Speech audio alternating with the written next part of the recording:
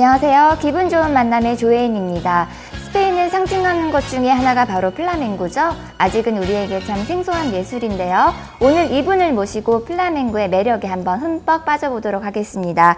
한국인 최초로 세비야에서 플라멩고의 진수를 터득해 오셨고요. 현재 한국에서 플라멩고를 전파하고 계시는 안무가 사라킴 선생님 한번 모셔봤습니다. 안녕하세요. 안녕하세요. 네, 어서 오세요. 플라멩고 무용가이자 안무가이시기도 하면서 현재 사라 플라멩코 프로젝트 대표를 맡고 계시다고 들었습니다. 네. 어떤 일들을 하고 계시는지 참 궁금한데요.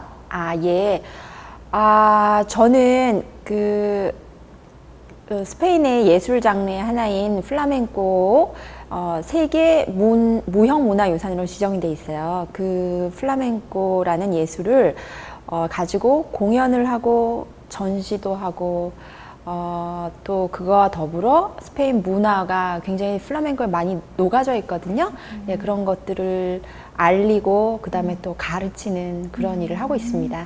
한마디로 말씀드리면 플라멩코 전도사가 되시겠네요. 좋아요. 예, 맞습니다. 네. 사라 플라멩코 프로젝트를 만들게 된 이유가 궁금하더라고요. 예, 제가 사라 플라멩코 프로젝트를 만들게 된 이유는 공연을 하거나 전시를 하거나 아니면 다른 문화적인 이벤트들을 벌일 때 항상 같은 컨셉으로 할 것이 아니라 저를 중심으로 해서 다양한 예술가들이나 아니면 다양한 방면의 사람들이 같이 모였다 흩어졌다 하는 그런 형식이 되었으면 좋겠다 이런 생각을 했어요. 그래서 저와 같이 하는 주 멤버들이 원래는 있지만 주 멤버들이 항상 함께 할 때도 있고 그렇지 않고 저 혼자 단독으로 프로젝트를 진행할 때는 또 다른 장르 예술가들이 저와 함께 할 경우도 있고 그렇기 때문에 사라 플라멩코 프로젝트라는 이름을 지어서 좀 다양한 방면에 다양한 시도를 해보고 싶은 마음에서 그렇게 만들게 되었습니다. 네, 최근에 다양한 활동을 많이 하시고 계시다고 제가 들었는데요. 마을 예술 창작 프로그램 에 참여를 하셨다고 들었습니다. 마을 예술 창작 프로그램, 이게 어떤 건가요? 예, 마을예술 창작 프로그램이라 함은 지금 예술의 흐름 자체가 예술가들만 이해할 수 있는 예술을 하는 것이 아니라 예술이 얼마만큼 우리 일상생활에 다가갈 수 있고 그것이 잘 녹아져서 이해될 수 있고 그 다음에 예술가들이 예술가 그들만의 리그를 하는 것이 아니라 직접 찾아가는 예술? 이런 것들이 예술의 전체적인 흐름인 것 같아요. 그 가운데서 지금 서울시가 진행하고 있는 프로젝트가 있는데 그것이 마을 예술 창작소라고 해서 각 마을마다 예술 창작을 하는 곳들을 이렇게 만드는 거예요. 그래서 예술가들이 직접 거기로 가서 마을에 기반을 한 예술 작품 활동을 하고 펼치고 그러면서 또 일상생활에 또 같이 우리 시민들이 예술을 더 쉽게 접할 수 있는 그런 거점이 되는 거죠. 그래서 제가 얼마 전에 했던 프로젝트 중에 하나가 그러니까 플라멩코 룸이라는 전시 프로젝트를 했는데요. 그거는 플라멩코하고 그 미디어 아트를 접목을 시켜가지고 이제 작품을 전시를 한 거예요. 그런데 그 가운데 커뮤니티 예술을 기반으로 한 그런 것들이 많이 녹아져 있습니다. 또 되게 재미있는 걸 제가 봤는데 80대의 할머니와 함께 트로트에 맞춰서 플라멩코 춤을 추셨어요. 예. 너무너무 감명적이었거든요. 굉장히 이색적인 공연인데 이건 어떻게 해서 기획을 하게 되신 건지 궁금합니다. 일단은 이 프로젝트 자체가 서대문구에 기반을 한 마을예술 창작소에서 의뢰를 받은 프로젝트이기 때문에 그때 이제 프로젝트를 준비하는 기간 중에 그 서대문구에 마을 잔치가 있었어요. 그래서 그 홍제천에서 그 서대문구를 기반으로 활동하는 굉장히 자기 장기자랑을 뽐내고 싶은 그리고 또 장터도 열리고 그래서 어차피 그 서대문구를 기반으로 한 프로젝트를 하게 됐으니 내가 좀 더 이해하는 마음으로 그 축제도 한번 참가해봐야지 해갖고 저희 멤버들이 다 가서 이렇게 참가를 했어요. 그런데 보니까 80대 평균 연령 75세 이상 이 할머니들의 그룹이 트로트에 맞춰서 너무 재밌게 춤을 추시는 거예요. 그래서 그런데 그분들의 그 표정과 몸짓이 예사롭지가 않았어요. 그래갖고 제가 그때까지는 그 생각을 못하고 있다가 그냥 할머니 너무 춤이 감동스럽습니다. 그래서 저희 잘 봤습니다. 이러면서 연락처를 우연히 주고 받았어요. 그러고 나서 그 이후에 이렇게 서대문구를 여기저기 돌아다니다가 할머니랑 같이 모셔서 춤을 춰야겠다. 이런 생각이 들었죠. 예. 비디오를 보면은 할머니께서 끊임없이 한 번 더 추자, 한 번 더 추자. 예, 맞습니다. 정말 열정이 오히려 저희보다 더 대단하신 것 같더라고요. 예, 맞아요. 네, 지치지 않는. 정말 잘 어울렸던 것 같습니다. 제가 영상을 봤는데 플라멩고와 트로트에 맞춰서 추시는 그 깜찍한 율동이 전혀 이렇게 다른 장르라고 보여지지 않았고 굉장히 조화롭게 잘 맞아 떨어졌던 것 같습니다. 아우, 네. 감사합니다. 최근 모 프로그램에서 스페인의 플라멩고가 비춰졌죠. 예. 그 여행 가는 프로그램 있잖아요. 네네. 할아버지들과 사람들의 관심도 조금 바뀌었지 않을까 이런 생각을 해보는데 어떠세요? 예전보단 플라멩고에 대한 관심이 좀 높아졌나요? 확실히 그런 것 같고요. 그 다음에 제가 그 프로그램을 보면서 느꼈던 건 뭐냐면, 이렇게 연세가 지긋하신 연기자분들이 그 프로그램을 통해서 스페인을 여행하고 또 플라멩코를 경험하고 이런 기회를 가지게 되신 거잖아요. 근데 저는 그거를 보면서, 되게 뿌듯했어요. 일단은 그렇게 관록이 있는 연기자분들이 저런 문화를 접했을 때 어떤 반응이 나올까가 되게 궁금했는데 그분들이 그 프로그램 사이에서 하시는 말씀 하나가 되게 그 연기나 춤이나 다른 여타의 장르 예술에서 느낄 수 있는 그런 그 경험과 관록에서 묻어나는 것들이 참 공통점이 있구나 이런 생각이 들었고, 그리고 그거와 더불어서 또 그분들이 그렇게 멋있게 스페인을 좀 소개를 해주셔서 제 입장에서는 이런 프로그램은 더 많이 만들어져야 될 것 같고, 네. 그 다음에 또 저 또한 저는 사람들이 굉장히 그거를 보면서 스페인을 되게 갈망하고 열망하고 알고 싶어하고 그렇게 된 것 같아요. 근데 제 입장에서는 그쪽에서 유학생활을 오래 한 입장에서 참 뭐랄까요? 막 노스틸지아가 싹 머릿속에 흩어가고, 그 다음에 그것이 사람들한테 조금 더 스페인을 이해할 수 있는 기회가 제공됐다는 점에서는 굉장히 박수를 쳐주고 싶습니다. 네, 미디어의 힘이죠. 네. 맞아요. 네. 플라멩고란 무엇일까요? 이렇게 질문을 드리면 너무 추상적이지만 선생님께서 말씀해 주시는 플라멩고가 참 궁금해요. 플라멩코가 무엇인가 이렇게 말씀을 드리자고 하면은 보통 저희가 플라멩코라고 생각했을 때 떠오르지는 이미지들 있잖아요. 네. 그런 이미지들은 19세기 중후반에 만들어진 거예요. 그때부터 시작이라고 보시면 돼요. 그러니까 그렇게 생각하면 역사가 그렇게 길지 않습니다. 그러네요. 그러면은 그 이전에는 플라멩코라는 게 없었나라는 의심을 해보게 되죠. 그러면은 그렇지는 않아요. 그 이전의 플라멩코는 플라멩코 학자들은 어떻게 분류를 하고 이야기를 하냐면 프레 플라멩코 해갖고 플라멩코 이전의 플라멩코라는 용어를 써서 분류를 합니다. 그러면은 지금 우리가 보는 플라멩코의 모습은 어떻게 만들어졌냐? 그럼 플라멩코 이전의 플라멩코 안에 있는 여러 가지 문화적인 요소와 예술적인 요소들이 합작이 되고 어우러져서 융합이 돼서 나온 장르인 거죠. 그렇기 때문에 제가 얼마 전에 프로젝트에서도 그런 타이틀을 달기도 했지만 플라멩코는 짬뽕이다. 여러 요소가 융합이 되어서 맛있게 만들어진. 그렇죠. 그러니까 네. 짬뽕의 그 매운 듯 하면서도 얼큰하면서 속이 후련한 그렇지만 이것저것 다 섞인 거예요. 그 카톨릭 문화 기반인 스페인의 문화와 그 다음에 유태인의 문화, 그 다음에 스페인이 800년간 아랍의 문화의 지배를 받지 않았습니까? 그 다음에 그리스 로마. 이게 막 거기다가 정말 빼놓을 수 없는 인도에서 출발한 집시 문화. 그분들이 이제 15세기 중반에 그 스페인에 남부에 정착함으로 해서 그 플라멩코라는 것을 만들고 퍼지고 그다음에 그들의 놀이 문화이기도 했기 때문에 굉장히 중요한 역할을 했죠. 그러니까 정통이 아니라 짬뽕이다 이렇게 말씀을 드리고 싶어요. 제 입장에서는. 네.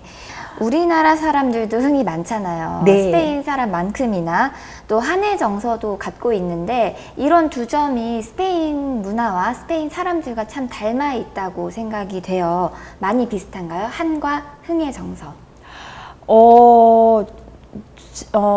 제가 볼 때는 비슷한 점이 상당히 많은 것 같아요. 예, 일단은 흥과 한, 그쵸? 흥. 그러니까 보통 유럽 사람들은 그 한국 사람들에 대해서 아시아의 라티노라고 부르는 것 같아요.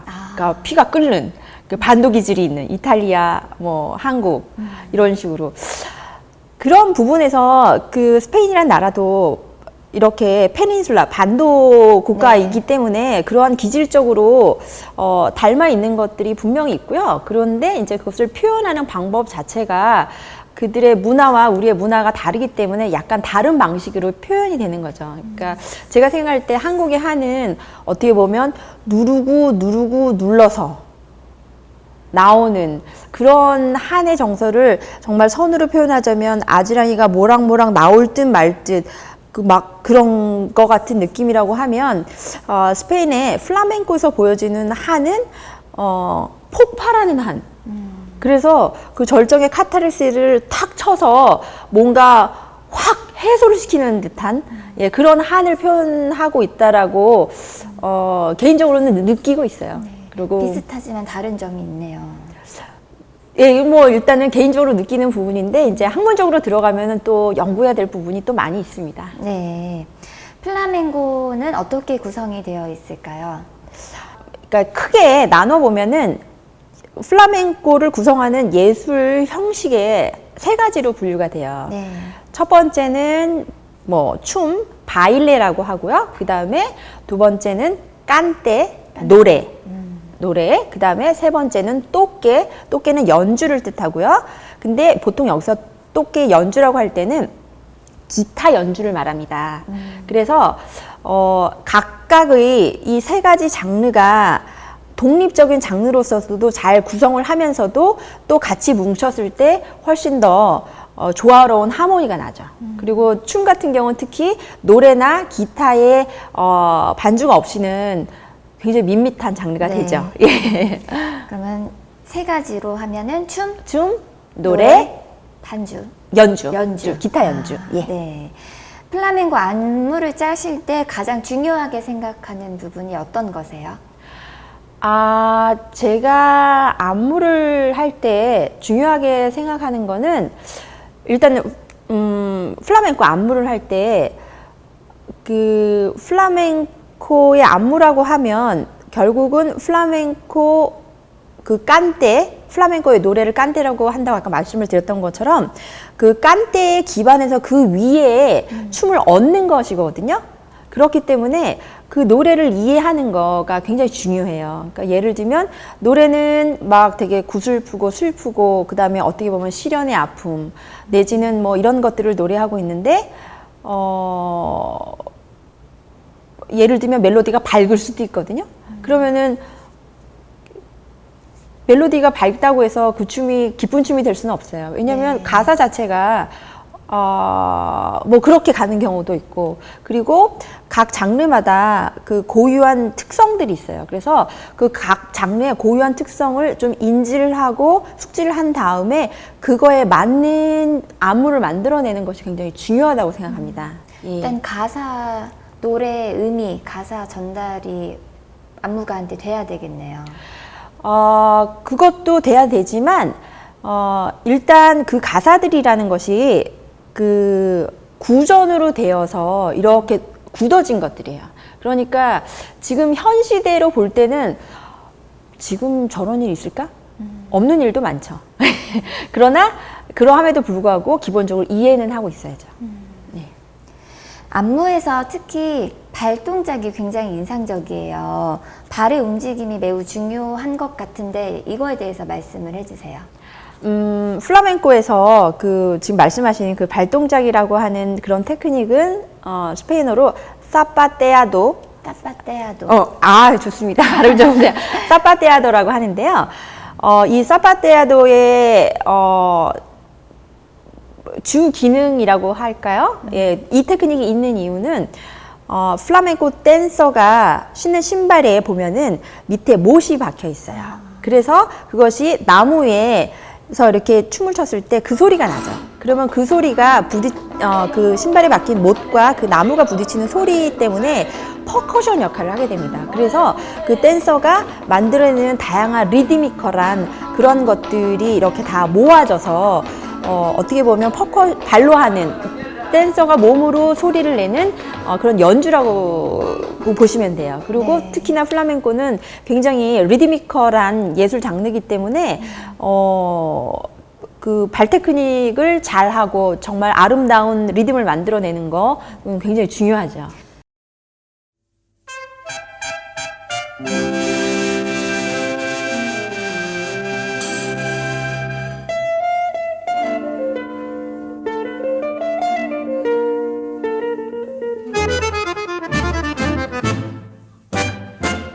Para mis manos tumbadas, pa' mi capricho monea, y pa' mi cuerpo lucirlo, manto de bordado, vestido de seda. La luna 네, 기분 좋은 만남 플라멩코 무용가이자 안무가 사라킴 선생님과 함께하고 있습니다. 대학교 때는 한국무용을 전공을 하셨다고 제가 들었습니다. 당시 한국무용을 전공한 이유가 있으실까요? 한국무용을 전공한 이유가 이제 제가 갔던 학원이 한국무용 학원이어서 우연히 그렇게 됐고요. 그리고 이제 그 안에 뭐 발레 선생님도 있고 현대무용 선생님도 있었는데 그 현대무용 선생님은 너무 무서웠어요. 그래서 잘 못하면 막 스틱을 던지시고, 근데 굉장히 잘 가르치셨지만 저는 저는 적응을 할 수가 무섭다. 없겠다. 나름 판단을 하여 원래 뭐 그 학원의 주가 한국무용이었기 때문에 그 길로. 그렇다면 플라멩코, 한국무용이 아닌 플라멩코는 언제 처음 접하게 되셨는지? 플라멩코를 제가 처음 접하게 된 거는 이제 대학에 들어가서 그 공강 시간이 있을 때, 그때는 VHS 비디오 시절이었어요. 네. 그때 시청각 자료실에 가가지고 막 전 세계의 뭐 연극이나 무용이나 영화 막 이런 것 다양한 장르의 그 작품들이 소장이 돼 있었어요. 그래서 저는 시간이 될 때마다 가서 그걸 봤어요. 그걸 봤는데 어느 날인가는 그 우리나라에서 1988년도에 서울 올림픽이 있었잖아요. 네. 그때를 기념해서 세계 각 나라들의 문화사절단들이 한국에 와서 공연을 한 테이프 있더라고요. 그래서 제가 그거를 이렇게 보다가 보니까 스페인 편이 나왔어요. 근데 그 스페인에 그 마리아 로사 무용단이라는 그 스페인 그 춤을 보면서 그 무용단은 플라멩코를 하는 무용단은 아니지만 스페인 무용을 두루두루 하면서 플라멩코도 조금 하는 그런 프레젠테이션을 하고 있는 비디오였는데 제가 그걸 보면서 저기 뭔가 있을 것 같다. 약간 필이 꽂혔던 것 같아요. 그래서 그때 정확하게는 모르지만 기억을 더듬어 가다 보면 어떤 생각이 드냐면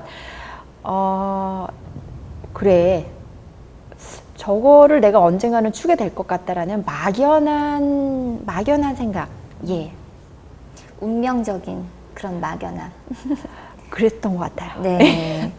대학을 졸업하고 일반 직장을 다니셨잖아요. 예, 예. 그런데 어떻게 갑자기 스페인으로 유학을 결정을 하게 되신 거죠? 네. 제가 학교 졸업하고서 회사를 다녔는데 그 회사는 되게 큰 회사였어요. 그런데 제 포지션은 되게 굉장히 낮은 포지션이었죠. 그래서 거기서 일을 하다 보니까 거기서 낮은 포지션에서 좀 더 잘 되려면 나름 또 공부를 해야 되는 거예요. 그래서 그러면 여기 회사 들어왔는데 공부를 더 해서 이 회사에서 잘 돼야 되나? 막 이런 생각을 그런 상념들에 이제 사로잡혀 있었죠. 여하튼 회사는 잘 다니고 있었고. 그러다가 그때 우연히 제 친구 중에 외국인 친구가 한 명 있는데 그 친구가 채식주의자예요. 그래서 같이 그 절에서 만드는 음식을 제공하는 그런 레스토랑이 있대요. 그래서 한번 같이 가자고 그러더라고요. 그래서 저도 같이 갔어요. 갔더니 이제 플라멩코 한국명을 공연하는 팀이 있는 거예요. 식사하면서. 근데 이제 제가 보니까 그렇게 잘하는 것 같지 않더라고요. 그런데 이런 생각이 들었어요. 잘하고 못하고가 중요한 게 아니라 저 친구들은 지금 춤을 추고 있고 나는 춤을 추지 않고 회사에서 무엇을 어떻게 해야 되는 고민을 하고 있는 거예요. 그리고 그들을 봤을 때 너무 행복해 보였어요. 그래서 이런 생각을 했죠. 내가 어차피 공부를 뭔가를 또 다시 하고 싶다라는 마음이 들면 내가 좋아하고 원하는 걸 하고 그것으로 해서 내가 행복해지는 그런 공부를 해야지. 내가 그럼 남들이 보기에 그렇게 해서 뭐 다른 커리어로 전환을 잘했대. 근데 그거 나에게 행복을 주지 않는다면 그게 그렇게 무슨 의미가 있을까 이런 생각을 했었죠. 그러고 있다가 대학 시절에 공강 시간에 봤던 비디오 테이프과 그리고 스페인어의 그 거친 마력 이게 점점 물들기 시작합니다. 그래서 어느 날인가 나는 플라멩코를 공부하러 스페인으로 가야겠다라고 마음을 먹었어요. 그리고 가게 됐습니다. 네. 세비야에서 네. 플라멩코를 배운 최초의 한국인이라고 제가 들었습니다. 예. 학교에서는 어떤 것들을 배우나요? 학교에서는 플라멩코에 관한 그 전반적인 다양한 과목들을 공부를 하게 되는데요. 그 아까도 말씀드렸던 것처럼 플라멩코에는 이제 예술 형식이 3가지가 있어요. 네. 춤, 노래, 기타. 그러면은 이제 저는 춤 전공이었기 때문에 춤을 중심으로 해서 공부를 했죠. 그런데 춤을 중심으로 공부를 한다 할지라도 기타와 그다음에 특히 노래에 대한 이해가 있지 않으면 플라멩코를 제대로 이해하고 안다고 볼 수가 없어요. 그렇기 때문에 춤을 중심으로 해서 안무나 테크닉, 박자, 역사 이런 것들도 공부하지만 그 외로 그 노래와 기타가 같이 연주하게 됐을 때 어떻게 사인을 주고받아야 되는지 어떤 식으로 그런 것들이 이루어져서 하나의 작품이 만들어지는지 그런 수업들도 있습니다. 그리고 그런 것들이 연습이 되어져서 연말에는 이제 발표를 하는 공연을 하게 되기도 하고요. 예. 그리고 특히 제가 학교에서 좋았던 점들은 무엇이냐면 이제 그 학교가 특히 노래하는 학생들한테 그 정말 안달루시아 스페인 남부에 그 시골 구석구석에 있는 숨은 인자들이 있어요. 숨은 인재들을 이렇게 발굴을 해서 프로로 데뷔시는 역할도 했거든요. 네.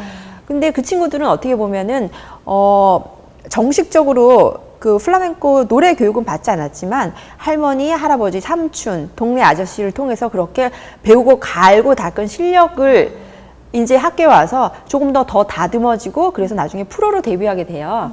근데 그 친구들은 이제 스페인 사람들이잖아요. 그러니까 그 친구들을 보면서 스페인 사람들에게 녹아있는 이런 것들이 이렇게 내려져 오고 있구나. 그리고 직접 그들과 같이 수업을 하다 보면 그냥 친구가 되는 거죠. 예, 그런 것들의 다양한 교류, 그런 것들이 되게 그 삶에 또 플라멩코의 저의 예술적 자산이 되지 않았나 생각합니다. 플라멩코로 아주 유명한 무용가시죠. 이사벨 바요넥의 사사를 받으셨는데 어떻게 인연이 닿아서 이 선생님께 사사를 받으셨는지 궁금합니다. 제가 그 이사벨 선생님을 처음 뵙게 된 거는 그 제가 앙헬이라는 선생님 수업을 이제 개인적으로 좋아서 듣고 있었어요. 근데 앙헬 선생님하고 이사벨 선생님하고 되게 오랜 친구셨던 거예요. 그래서 한 번은 같이 밥을 먹게 됐어요. 밥을 먹게 됐다가 저는 이사벨 선생님이 굉장히 유명하시고 예술적으로도 굉장히 놀라운 성과를 내신 분이라는 건 알고 있었지만 그게 개인적으로 이렇게 특별한 관심을 가지고 있지 않다가 그 만남을 통해서 내가 이런 댄스를 여태까지 모르고 있었구나. 그러니까 몰랐다기보다도 관심을 가지지 않고 있었구나. 이런 부분에 대해서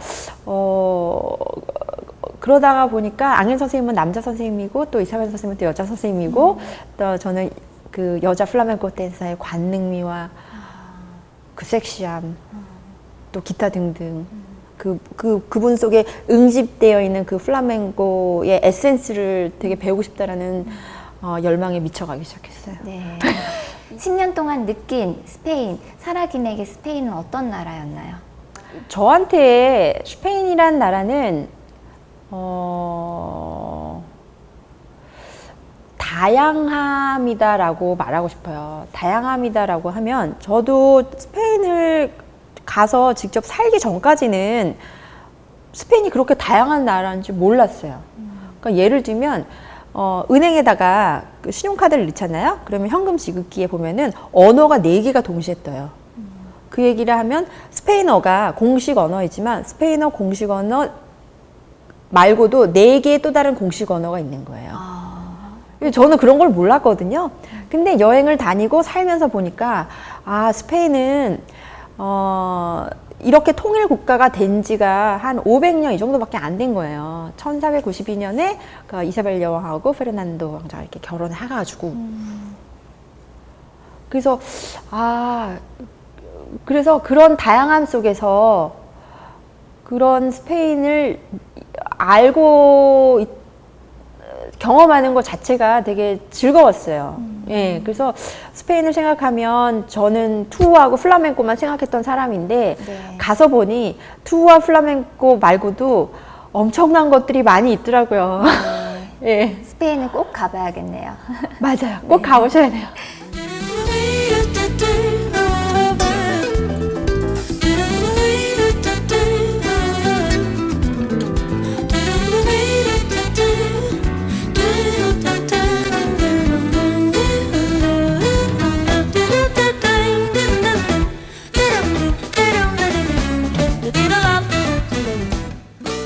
네, 기분 좋은 만남 플라멩코 무용가이자 안무가 사라킴 선생님과 함께하고 있습니다.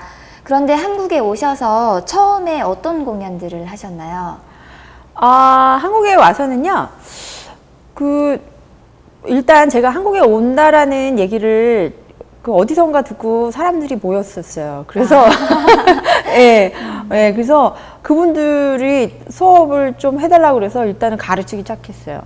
그냥 오자마자 이렇게 가르치기 시작했는데, 근데 이제 가르치다 보니까 제가 느낀 게 뭐가 있었냐면, 이분들은 플라멩코에 관심이 있고, 그 다음에 그동안 또 나름 공부를 하셨던 분들인데, 저한테 질문하는 걸 제가 들어봤을 때는, 왜 이걸 모르지? 라는 부분들이 좀 있었어요. 네. 그래서, 막상 이렇게 춤에 관심이 있고, 그거를 지속적으로 알기를 원하는 사람들이 이거를 모른다면, 그냥 플라멩코를 아예 모르는 분들은 이거는 아예 모르겠구나. 이런 생각이 들었던 거예요. 그래서, 공연을 할 때 그냥 이게 플라멩코입니다라고 하는 공연 말고 플라멩코가 이런데 이거는 왜 이렇고 이래서 이렇습니다라는 얘기를 해주면 사람들이 아하 이러더라고요. 해설이 있는 그렇죠. 공연을 하게 되셨네요. 예.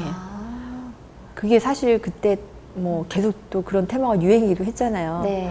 그래서 그런 것도 있었지만 사실 실제로 말해주고 싶었어요. 이게 왜 이런지. 그 다음에 이 춤은 어디에서 어떻게 됐고, 그 다음에 이거는 왜 이런지 사람들이 평소에 궁금했던 거. 그 다음에 관객들도 플라멩코 공연에서 올레라는 할레오로 그 취임새로 같이 참여할 수도 있고, 공감할 수도 있고. 예. 그래서 해설이 곁들여진 그런 플라멩코 공연을 하게 됐습니다. 네, 한국 사람들이 플라멩코를 쉽게 접할 수 있는 방법이 있을까요? 요즘에는 정말 세상이 좋아졌잖아요. 예.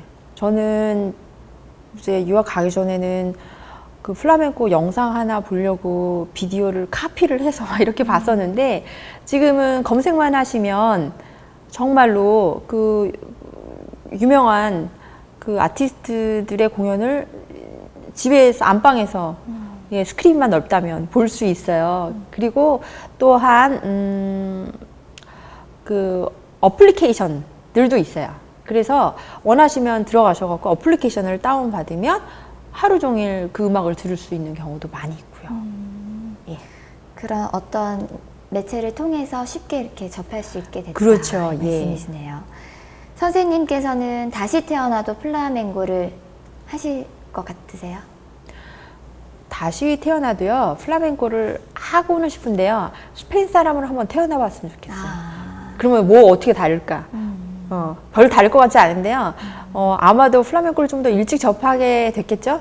그렇게 되면 또 어떻게 인생이 바뀌었을까가 되게 궁금하기도 하고요. 예, 그런 부분이 호기심이 좀 드는데요.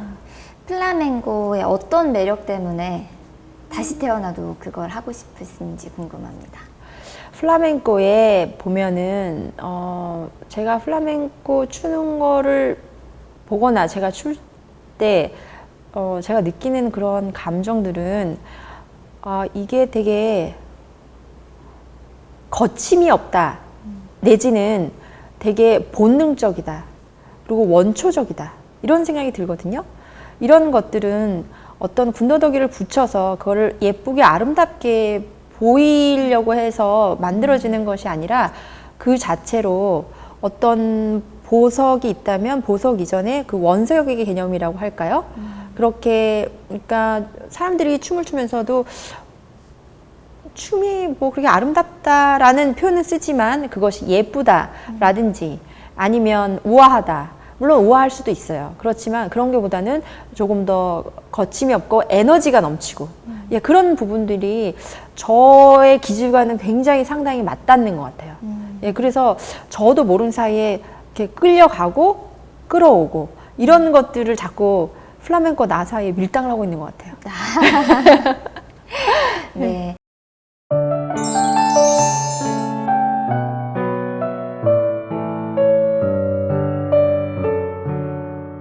기분 좋은 만남에는 작은 코너가 하나 있는데요. 나만의 힐링법을 시청자 여러분께 소개해드리는 그런 코너예요. 살아김 선생님의 나만의 힐링법 어떤 게 있을까요? 저만의 힐링법은요, 동네를요, 아무 생각 없이 걷는 거예요. 걸어요. 생각하지 않고 그냥 막 걸어요. 걷다가 내키면요, 아무 카페나 앉아가지고요, 커피를 한 잔 시켜요. 그래서 지나가는 사람들 쳐다봐요. 저랑 힐링법이 같으신 것 같아요. 근데 생각을 해봤는데 너무 행복해져요, 갑자기. 사실 제 옆에 개가 한 마리 있었으면 좋겠어요. 나와 동행할 수 있는. 근데 제가 개를 키우지 않는 이유는 제가 책임질 수 있을 것 같지 않아서. 네. 예. 그리고 또 한국에 많은 카페들이 이제 개가 들어갔을 때 또 문제가 되기도 하잖아요. 물론 스페인도 마찬가지긴 하지만 그쪽은 노천 카페가 한국보다는 훨씬 많기 때문에 네. 갑자기 스페인에서 키우던 개가 그리워지네요. 근데 그렇게 여유로운 마음으로 산보를 하는 거예요. 그러면은 평소에 맨날 무엇을 생각하고 이거 해야지 저거 해야지 이러한 것들에 대해서 마음을 좀 내려놓게 되는 것 같아요. 마음을 내려놓으면 결국 우리가 산다는 게 무엇일까 생각해 보면 그 순간의 여유, 그 순간의 기쁨을 다 놓치고 있다는 생각이 들어요. 예. 물론 열심히 무언가를 하면서도 그런 행복을 느낄 수도 있지만 제가 생각할 때는 특히나 한국 사람들에게는 5분간의 여유? 10분간의 여유. 저는 좀 길게 합니다. 여유가 1시간, 2시간이 될 때도 있어요. 저는 이제 그게 가능한 사람이니까 그렇지만 한번 그렇게 해보시면 어떨까. 예. 그게 그래서 굉장히 걷기 좋은 동네를 좋아하는 것 같아요. 네, 카페도 많고. 맞습니다. 네, 저는 오늘 살아김 선생님과 함께 하면서 플라멩코에 대해서 몰랐던 부분을 더 깊이 알 수 있는 시간이어서 너무 유익했고요. 무엇보다 기회가 된다면 스페인 꼭 가봐야 되고 또 플라멩코를 너무 배워보고 싶다는 생각이 들었습니다. 선생님은 오늘 어떠셨나요? 그 MC분께서 이렇게 플라멩코를 꼭 배워보고 싶고 스페인을 꼭 가봐야겠다라는 생각을 드셨다고 하니까 저 되게 뿌듯하고요. 또 시청자 여러분들도 그런 생각이 드신다면 과감하게 행동해 보셨으면 좋겠고 저는 개인적으로 이렇게 플라멩코 토크죠. 예, 정말 저 즐거웠습니다. 제가 잘 알고 또 제가 좋아서 즐기고 누리는 분야에 대해서 남들도 같이 함께 할 수 있다면 사실 그거를 하는 예술가로서 그 이상의 기쁨이 있을까요? 네. 오늘 초대해 주셔서 너무 감사합니다. 네, 고맙습니다. 오늘 나와주셔서 무척 감사드리고요. 네, 저는 또 다음 주 이 시간 기분 좋은 만남으로 여러분께 찾아뵙겠습니다. 시청해주신 여러분 고맙습니다.